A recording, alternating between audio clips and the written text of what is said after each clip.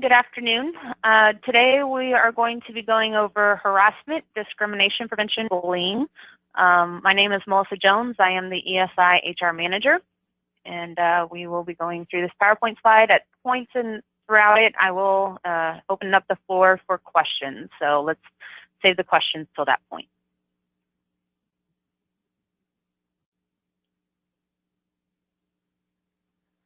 Alrighty, so just breaking out the title, the different sections of today's training. The first section is harassment, the second one discrimination, and then the last one is workplace bullying. All right, so harassment. Why do you need to know about harassment? Really, we all have a right to fair treatment in the work environment. The law regards sexual harassment as a form of sex or gender discrimination. So you'll notice throughout this PowerPoint slide, I'll kind of be going back and forth over the different topics. They all kind of relate together, and I'll talk through the similarities as well as the differences. Men and women on all levels may be harassers or victims of harassers. All right, so what is workplace harassment? It is the discrimination or harassment on the basis of one's protected class. The protected class that are out there are race, sex, color, religion, national origin, disability, pregnancy, and age. So again, in order for it to be illegal, a member who is victim of the harasser, being discriminated against or being harassed, has to be part of one of these classifications for it to be illegal. Harassment can be either sex. So basically what that means is a male can actually harass another male, or a female harass another female. It can also be female to male, male to female. Any combination of the different genders could potentially be seen as harassment on the nature of the offense. Harassment of or by customers or vendors are also considered null, and so therefore we also encourage you, not only just other employees, but people you interact with on a day-to-day basis when it comes to the business operations. If you feel you're being harassed, we definitely encourage you to speak up and let a manager or somebody of management know so we can look into it and get it resolved. Harassment does not have to be of sexual nature.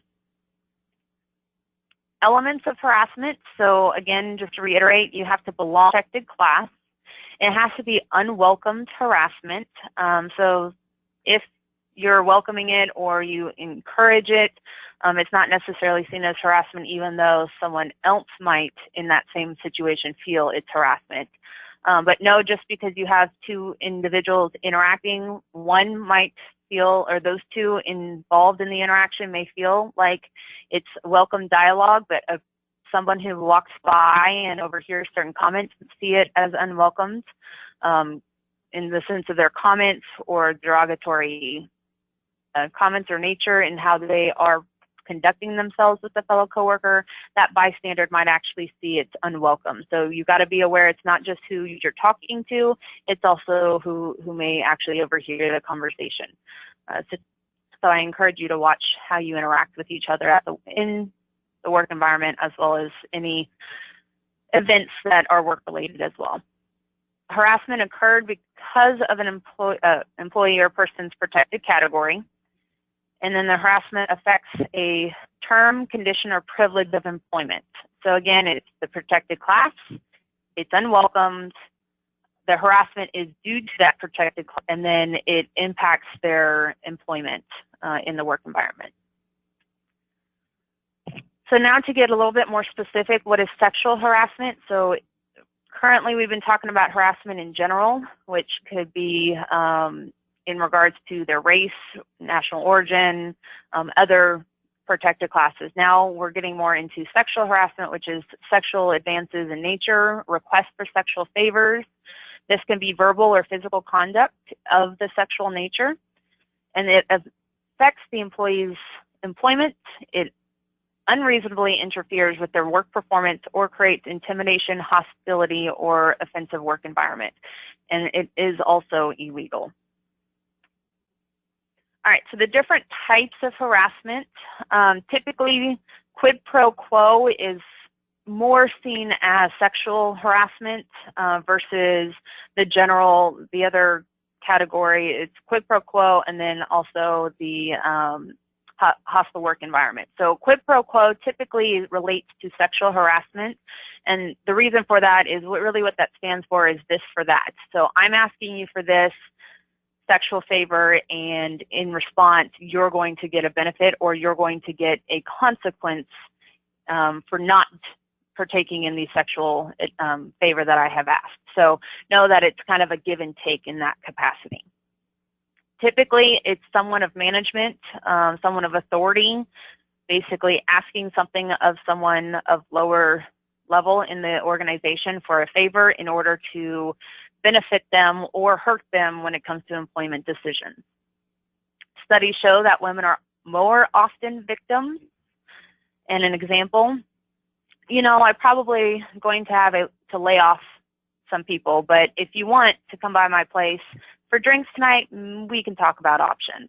So it's not very direct in nature, but it's implied that, hey, I'm going to lay someone off, and if you come have drinks with me, then we'll talk about you being able to stay with the company.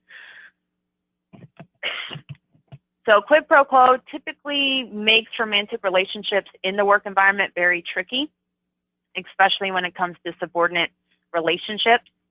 The fact that supervisors could impact the employee's pay or other terms of employment could be the basis for an allegation that he or she submitted to advances out of fear. So you might feel that it was a welcomed gesture if you're the supervisor, but as the employee, you feel obligated to actually partake in it and show that you're interested. Why? Because you fear that it's actually going to impact your employment there at the company. So even though it might seem to be okay, the employee internally might not find it as appropriate.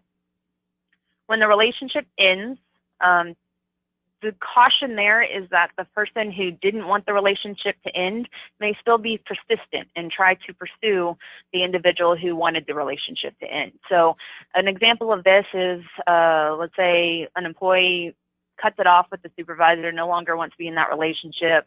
The supervisor walks up, starts reminiscing about their past escapades and how interesting it was, and hey, let's do that. That now used to be a dialogue that was okay and appropriate because why, they were in a consensual relationship, but now at this point, she doesn't want to be in that relationship, and that constant questioning and bringing up those comments now is making her uncomfortable and can actually be seen as sexual harassment. All right, so the other type is hostile work environment. This is more environmental in nature. So when you think hostile work environment, you want to consider a reasonable person. Would they consider this severe and pervasive enough to create an abusive or hostile work environment? So it's more subtle in nature, sometimes difficult to identify. The conduct may be physical, verbal, or even nonverbal. So some examples are whistle calling, catcalling, intentionally brushing up against someone repeatedly. It might be seen as, an accident. However, if it's constantly happening, the employee may feel unwelcomed. And then mail shop employees, so this is a little bit more direct, but the mail shop employees has a nude female calendar posted in the shop that is visible to passerbyers. And so again, even though people in your area might find that as acceptable or okay, it's those from other departments or other individuals might actually see that as offensive. So you want to be careful about those things. When things are done or said at work, which offend someone, makes it uncomfortable for that person to be at work. Offensive conduct must be based off of the member of a protected class to be unlawful. So again, that's just reiterating what I've already said. And sexual harassment is not necessarily just restricted to just sexual encounters, even sexual identity and gender stereotypes. So now in the regulations, technically they haven't broadened in the statute categories of what sexual harassment really pertain to in regards to sexual identity and gender stereotyping. Well, actually gender stereotyping, yes, but sexual identity or transgender employees who are in transition. so in their identity. These cases are starting to show up more and more as time goes on, and it's not necessarily in the legislation. However, lawsuits are being filed and the EEOC considering it as part of sexual harassment. So even though it's not black and white in the regulations or in the law, it is being accepted as this sex discrimination is actually a broader sense of sexual identity and transitioning identities from male to female or female to male. So just, you kind of want to be cautious and really just consider everything something that you want to tread lightly and treat everyone equally and fairly and respectfully. Examples of harassment and discrimination behavior, some are jokes that refer to a person's membership of a protected class, posting, emailing, or distributing cartoons, drawings, or any other materials that has a negative reflection on the protected class. Slurs or offensive language. I know sometimes we throw in a cuss word here or there, but let's say you're a habitual user of cuss words that can potentially become offensive in nature, and especially if it's pertaining to a protected class. Practical jokes, horseplay, or teasing that makes fun of or insults someone based off of their protected class. Again, everything goes back to that protected class. When does it become harassment? Was it invited or consensual? If so, then it's not harassment. If it's unwelcomed or uninvited, then yes, it would be. Was it offensive or tolerated, or is it offensive and rejected? So even though it's offensive and tolerated, doesn't necessarily mean the employee will at some point get tired of it and it's no longer just tolerated. So even though it's tolerated, let's say in that situation where the employee felt like they had to not jeopardize their employment, it's tolerated, doesn't necessarily mean it's not unlawful. And what is accepted today is not necessarily accepted tomorrow. All right, employee responsibilities. It is your responsibility to conduct yourself respectfully and respect your coworkers. We encourage you to speak up if you feel offended or harassed. We do encourage you to actually tell the person making those comments, hey, look, I appreciate if you wouldn't say that again. I do find that offensive, but you know, no harm feelings, but let's just not have that kind of just dialogue in the future. We encourage that because while a lot of times the offender doesn't realize they're offending others. So if you bring it to their attention, kind of tell them your boundaries in the sense that that crossed the line for me, hopefully it doesn't happen in the future. If it proceeds to happen, then yes, we want you to make sure to report it, and that way we can look further into it and do an investigation and follow up with proper procedures. Now, if you don't feel comfortable bringing it up with that individual, that is okay. We encourage you to go to a manager, your manager, or someone who you do feel comfortable with in the management team, because obviously there are situations where you bring it up to the individual and it could just make things worse, or you don't feel comfortable at all. So yes, we want to make sure that our employees feel comfortable enough that they can raise their concerns with individuals and they don't feel like they have to first tell the offender, you know, would you please stop? Ultimately, there's really no one in RAICES that, let's say it's just that severe and pervasive and you feel uncomfortable. ESI is always here. You can give us a call and we'll respond appropriately. As I said, please report all incidences that you witnessed or experienced directly and cooperate in any investigations when investigations do arise. All right, so potential problems when it comes to harassment, obviously that dating relationship between a supervisor and subordinate. Endearing terms. I have a client who the assistant supervisor likes to constantly say, hey, shorty. He thinks it's an enduring term. However, the employee found it offensive. I'm not short, or I don't really appreciate being called that. So just be careful with those pet names, those enduring terms, because it might actually offend someone. Touching obviously is a more obvious one. Swearing can be offensive. Compliments even. Hey, you look nice today, but that's a general compliment. some employees might find it okay, others might not. Of course, if you go into any more details of how that compliment is, it could definitely be a little bit more derogatory in nature. And revealing attire. That's, let's say a supervisor is trying to approach an employee and wears revealing attire, bends over the keyboard, and their chest is showing. So just be aware that even attire can necessarily be seen as harassment as well if used inappropriately. All right, so employee guidelines: avoid physical conduct, be aware of non-physical acts. Sometimes your intent is not what actually has, your intentions were good, but the impact was still negative. So know that you might have good intentions, but other people are from different backgrounds, may perceive things differently. So be aware of your actions and the responses that employees are giving you in return.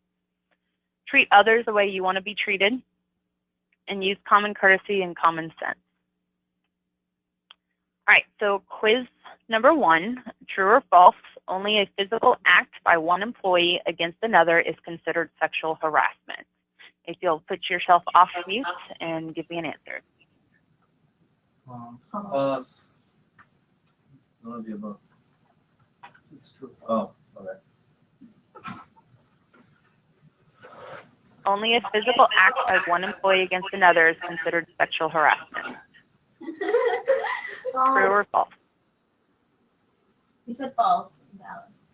Oh, sorry, I did hear that now. Yes, that is false. Why? It's not only physical acts, it could be verbal in nature as well. Number 2, failing to hire or promote someone who will not date you is sexual harassment. True. Number 3, dirty jokes, language, and actions of a sexual nature and asking coworkers repeatedly after they say no out for a date may be construed as sexual harassment. True. I like that. That was unanimous. All right, so section 2, discrimination. So what is discrimination? It's to discriminate is to distinguish clearly or differentiate an individual from everyone else. So illegal discrimination occurs when actions taken unfairly distinguish or differentiates members of a protected class to their detriment. So protected class, again, we cover that: race, sex, national origin, gender, age, and so forth. So we got to be careful of who those protected classes are when it comes to discrimination, as well as harassment. So I just kind of rattled those off, but yes, forms of discrimination, again: race, sex, color, national origin, religion, disability, pregnancy, or age. So the laws that are out there, just to be a little bit more in regards to the regulations, Title VII really covers the race, national origin, and some of those more general ones. Americans with Disability Act actually incorporated disability into this grouping of protected categories. Pregnancy disability, this broadened the sex protected class into women who are pregnant. And actually, just for a tidbit of knowledge, Pregnancy Disability Act, actually at times a pregnant individual can be seen as having a disability if it impairs an individual's daily activity. So if they're unable to get up in the morning, if they're bedridden, it becomes a disability. So interplay a little bit back and forth, as well as Family Medical Leave Act, which again is the protection of a number of different things. But if you have a newborn baby, you get job protection, time off, unpaid, to take care of your newborn baby, as well as in the family member defined within the regulations what a family member is, but a family member with a severe illness or injury, as well as your own severe illness or injury. And you have to be employed with an employer of 50 or more employees within a 75-mile radius. The majority of RAICES employees are covered under this. Corpus Christi would not be, and I don't think you guys up there in Dallas-Fort Worth, because I don't think you guys are over 50. But know that all three of those kind of interplay with each other. And then lastly, Age Discrimination in Employment Act. This one is obviously what it says, age discrimination, and what that is for individuals who are age 40 and older would be in that protected class. So it's not just any age from birth to hundreds. It's anybody over the age of 40 is in a protected class. All right, discriminatory practices are prohibited in, again, just like harassment, in any employment decision. That's anything from hiring all the way through firing. It's compensation, classifications of employees, transfer, promotion, layoff, recall, job advertising, recruiting, screening. So that's actually even before hiring. So you can't discriminate against, let's say, someone who has a disability and can't see. So you have to accommodate them and walk through the, let's say you have a application online. You have to walk through that, or even a paper copy where you sit down and actually translate and get their verbal responses. That's a reasonable accommodation to those things, such as applications and new hire screenings. Training apprenticeship programs, you can't discriminate for those. So if the individual, let's say majority of the workforce is provided a certain training, you can't discriminate based off of age or race to exclude anyone from that training if it's provided to everybody. Now, if it's specific to a job and everybody in that job is offered the training, then you're not discriminating. The training is for that specific job or the specific level in the organization. So just be clear on, it's really isolating that one job. If there's a business case behind why there's certain individuals who get offered things versus none, then there's a business case and it's used fairly and consistently, then it's not necessarily discrimination. Fringe benefits, pay, retirement plans, disability leave, or any other terms and condition of employment. All right, so as we talk about discrimination, we kind of want to keep in mind, how are we diverse from one person to the next? We are different genders, we're different races, we are different age, we have different physical appearances, education background, culture background, physical abilities. There's so much more that's just beyond the protected class. So what I'm trying to encourage is we got to be open to working with each other, because diversity brings ideas and collaboration and new ways of doing things, and it actually benefits companies to bring in that diversity and be open-minded and inclusive. So the challenges we face, you got to get used to those differences. You got to get used to people's different work styles, how people learn, and how you communicate with each other. One employee might be a little bit more IT focused, and they're black and white and they say it to you straight, whereas others like to first talk to you and get, oh, how's your family doing? Okay, and have a little bit of dialogue before they really dive into the business discussion. So know and be open-minded to people interact. Some get straight to it, others like to catch up first. You want to develop ways to be flexible with each other, adapt to change. As new employees come into the workforce, you got to change how your team may interact with each other, because this individual brings a new set of skills. And there's several more differences, but just wanted to bring some of those to your attention. So employees' guidelines, learn employees' names, use them frequently, approach controversial topics generally, avoid personal attacks or stereotypes, avoid sexist comments, don't guess identities, as that's becoming more prevalent in the work environment.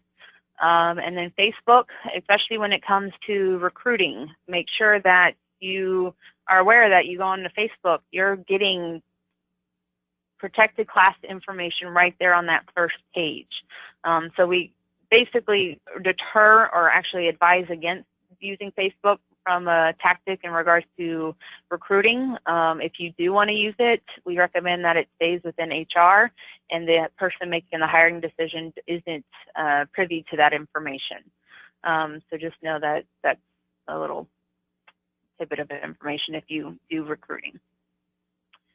All right, so reporting process. We take all complaints seriously, RAICES does, as well as the SI. You have more than just one way to report complaints. Again, we encourage you to talk to your manager directly. If you don't feel comfortable going there, go to another member of management. And always you can call ESI in any part of those steps.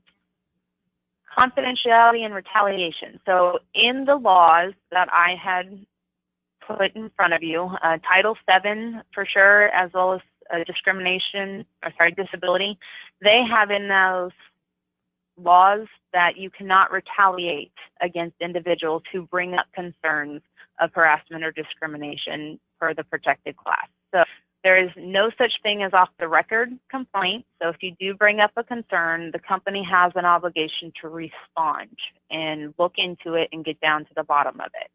Reasonable confidentiality, privacy. So as management, we will keep it to a need-to-know basis. We can't guarantee 100% confidentiality because we might need to get certain members of management involved. However, when the investigation is complete, that information stays within that team and it doesn't go elsewhere. So know that it's on a need-to-know basis, and we do think highly of confidentiality, but we can't guarantee 100% that it's just going to be with the individual you reported to. Retaliation is prohibited by law. So if you bring it up to your manager, you cannot be retaliated against. If you are part of the investigation and you make comments during the investigation, you should not be retaliated against. So in any of that, if you feel you're being retaliated against, whether from the accused or from the manager or from anybody of the work environment, bring that up to ESI or your management team, as that is not tolerated, as well as the harassment and discrimination initial claim in the beginning. All right, so case number 1. Melissa and William work as lab technicians at Lens Crafters. Melissa has repeatedly told William that she wants a relationship with him that is more than platonic. William declined. Since then, Melissa has commented on his body, touches his desk and backside, and has told him that she loves him. William has filed a complaint with the lab manager. In this case, is it quid pro quo or hostile work environment? Hostile. Hostile. At this point, it's hostile. Doesn't mean it won't potentially get to quid pro quo if she starts asking for things. But yes, at this point, with the information provided, it is hostile work environment. And you are the lab manager. What now? What are you going to do? You became aware of this. What is your action?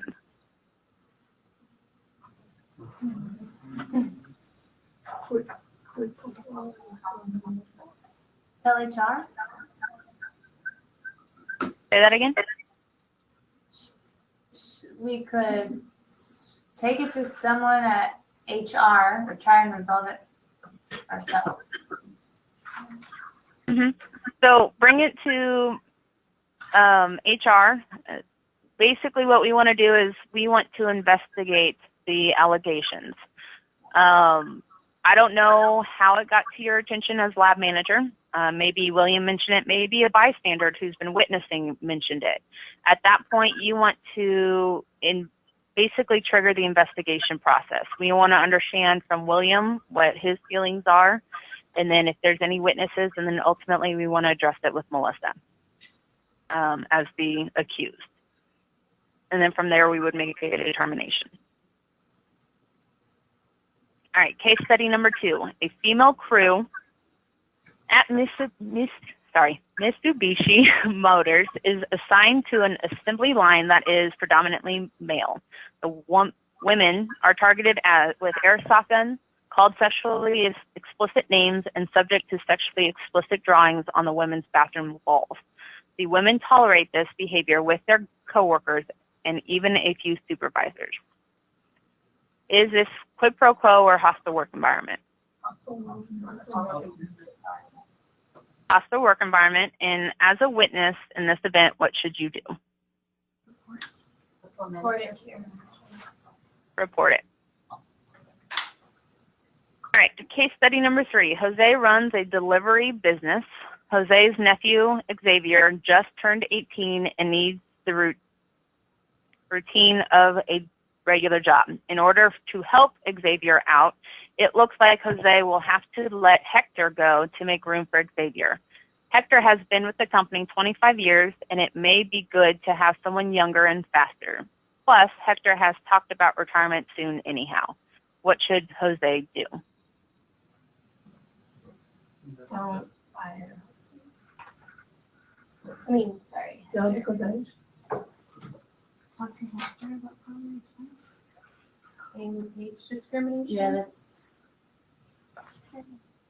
Well, no, because he's already thinking about retiring, right? So maybe Dean's gonna be one of the faster. That's a retired.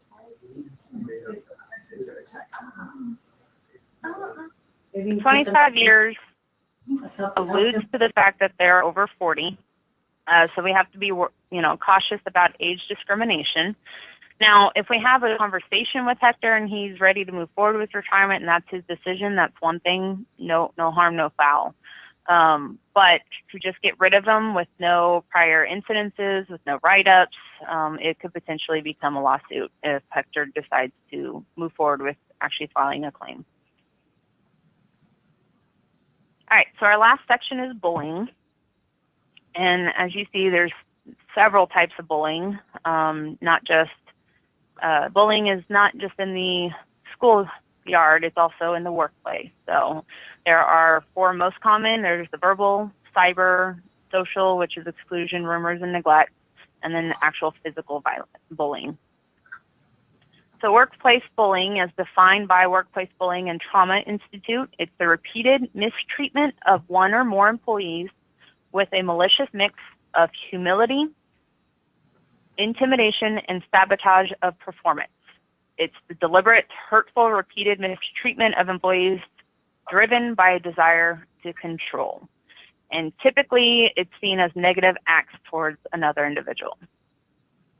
So what do I mean by negative acts? Intimidation or undermining employees, and what that could be is demeaning their work standards, not giving them enough credit, setting them up for failure, constantly reminding them of old mistakes. It also could be just direct threatening their personal self-esteem and work status. It could also be isolating employees from opportunities, information, or interactions with others. And then lastly, giving impossible deadlines, creating undue pressure and stress in overworking employees. And of course, these are all with the intentional intent to hurt someone.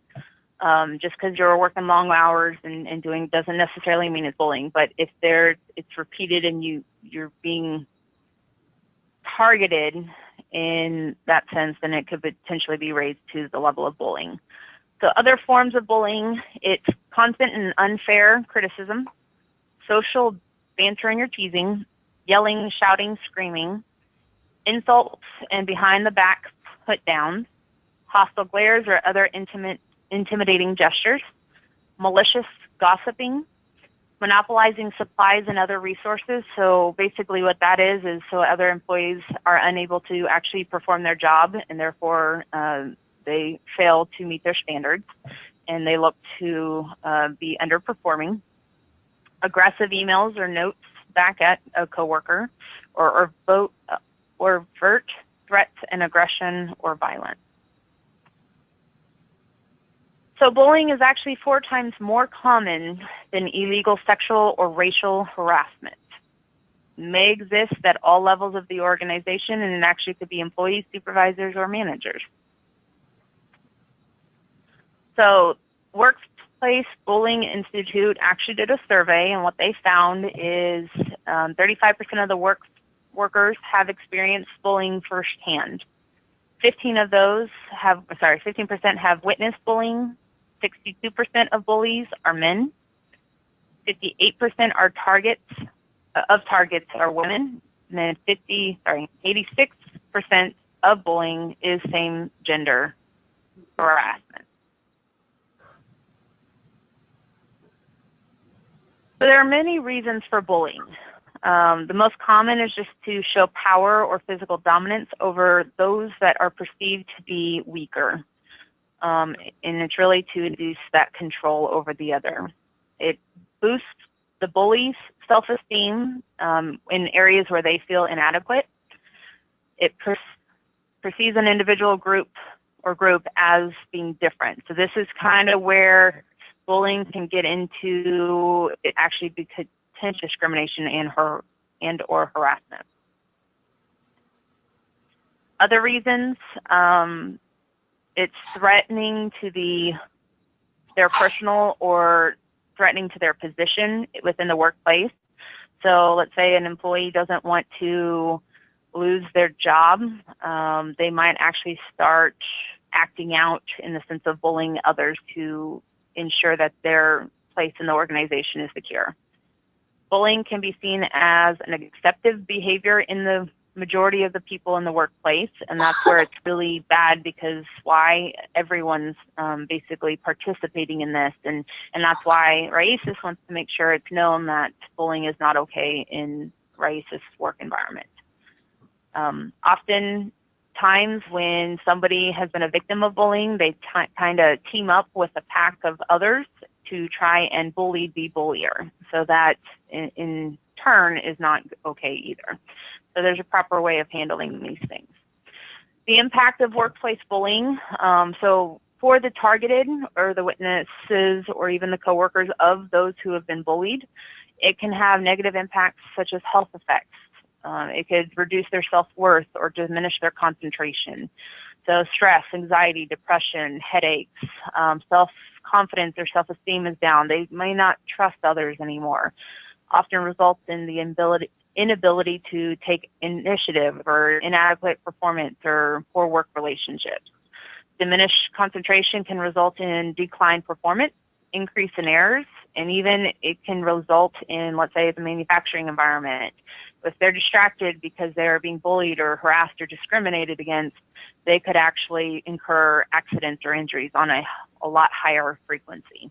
Why? Because they're not clear-minded and focused on the job at hand. They're worried about all this other drama that's going on around them.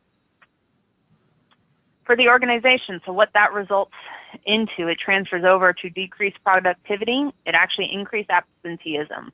What that does is let's say an employee is being bullied or even harassed, they don't want to come into work. So you start seeing the repeat of someone calling in sick.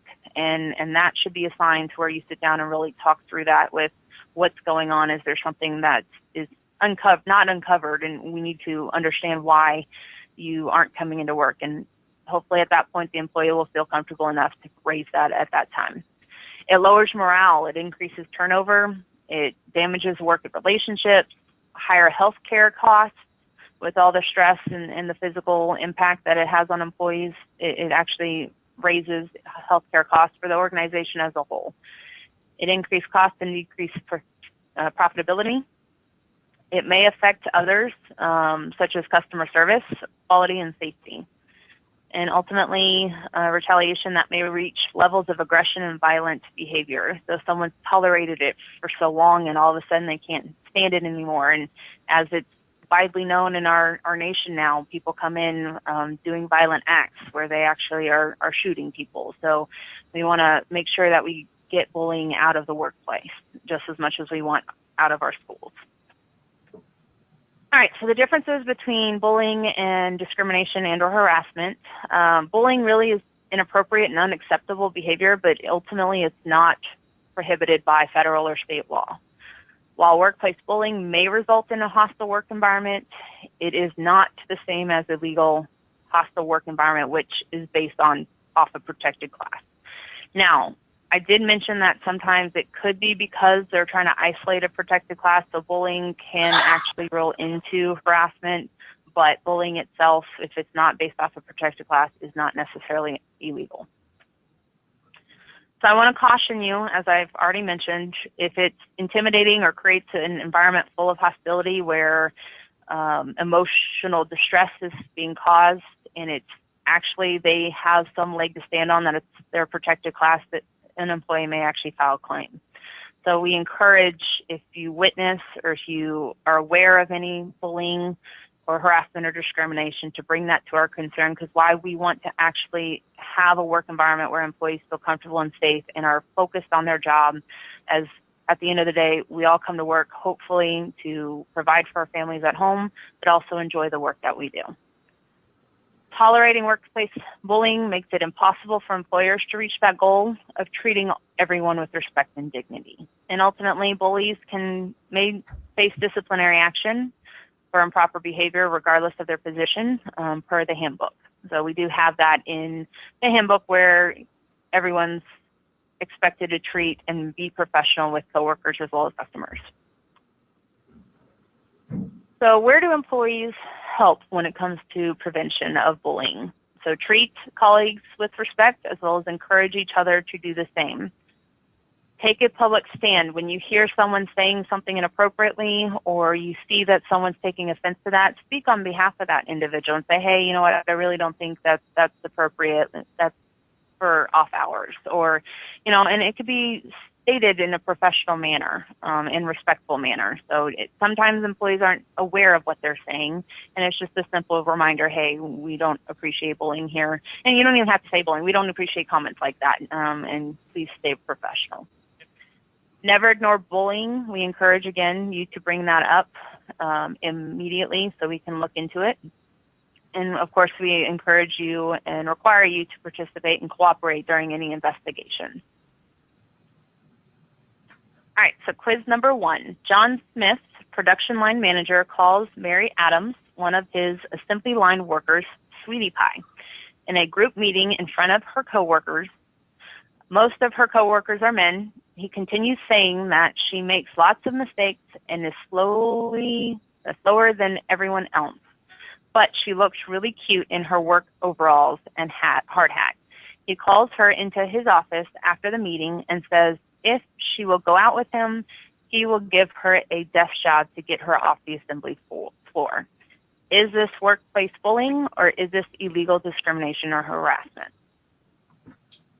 Illegal discrimination. Well,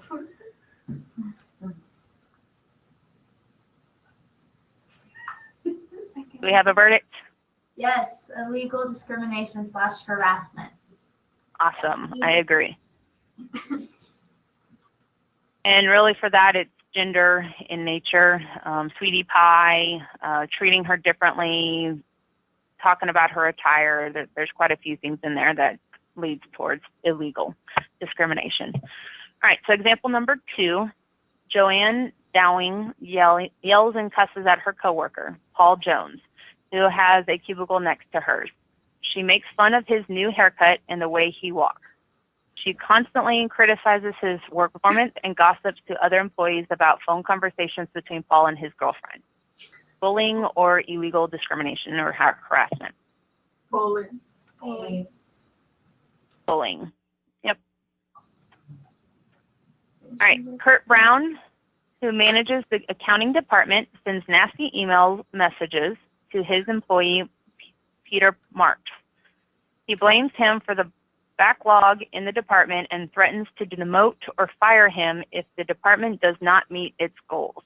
He glares at him and makes fun of questions Peter asks in staff meetings. Bullying or discrimination? Bullying. Bullying.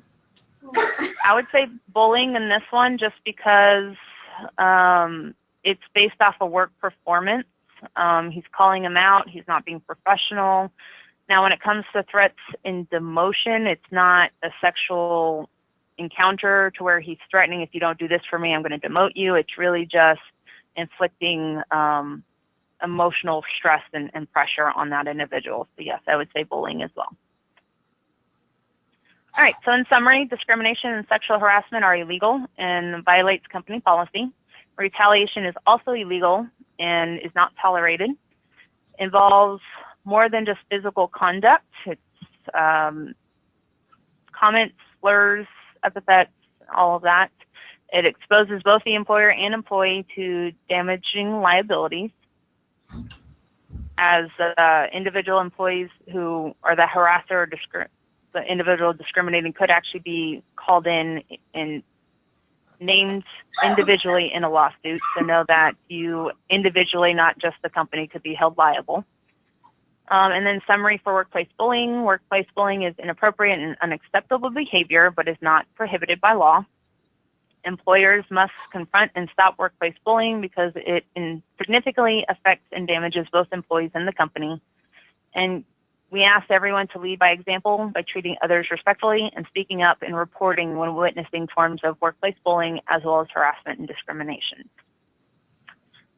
And always, you can reach out to ESI, our phone number, as well as just hr@eesipeo.com, or you can get the direct contact of myself. Any questions at this point?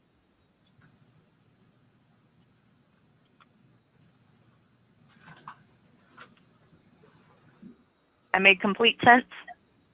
Yes. Very clear. Awesome. Well, if any questions do arise, Michelle does have my contact, and she is welcome to reach out to me with any further questions. But thank you, everybody, for your time today. Thank you. Thanks, Melissa.